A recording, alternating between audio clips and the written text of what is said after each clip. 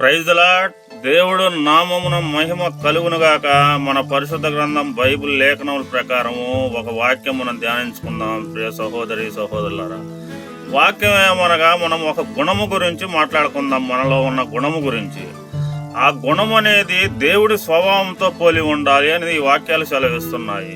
ఇప్పుడు మన బిడ్డలు ఉన్నారు, మన బిడ్డల్ని మంచి వారితోటి తిరగంటారు, ఆయన చెడ్డవారితో తిరగొద్దని చెబుతుంటాం. ఎందుకనంటే దొంగోడితో తిరిగితే దొంగోడు లక్షణాలు వస్తాయి, వ్యభిచారుల వాళ్ళతో తిరిగితే వ్యభిచార లక్షణాలు వస్తాయి, బందిపోట్లతో తిరిగితే బందిపోట్ల లక్షణాలు వస్తాయి, నరహంతకులతో తిరిగితే నరహంతుడి లక్షణాలు వస్తాయి. అది మనం భయపడే ముందుగానే మన బిడ్డలకి మంచి వారితోటి గుణవంతులతోటి తిరగమని చెబుతుంటాము.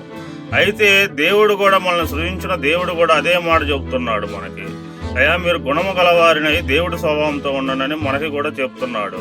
దేవుడు అంతగా మనల్ని ప్రేమించాడు.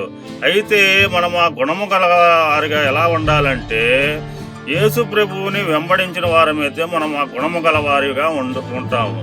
అయితే యేసు ప్రభు వారిని గుణము గలవారిగా ఎందుకు వెంబడించాలంటే, గలతీయులు రాసిన 5వ అధ్యాయము 22వ వచనము ఏమనగా, ప్రేమ, సంతోషము, సమాధానము, దీర్ఘశాంతము, దయాళత్వము, మంచితనము, విశ్వాసము, సాత్వికము, ఆశా నిగ్రహము, ఇవన్నీ యేసు ప్రభులో ఉన్నాయి. కాబట్టి మనం యేసు ప్రభు వారిని నమ్మి మన రక్షకుడుగా స్వీకరించి ఆయన వెంబడించిన వారమైతే మంచి గుణము గలవారమై ఇతరుల పట్ల సేవాభావంతో ఉంటామని దేవుడు వాక్యం సెలవిస్తున్నది.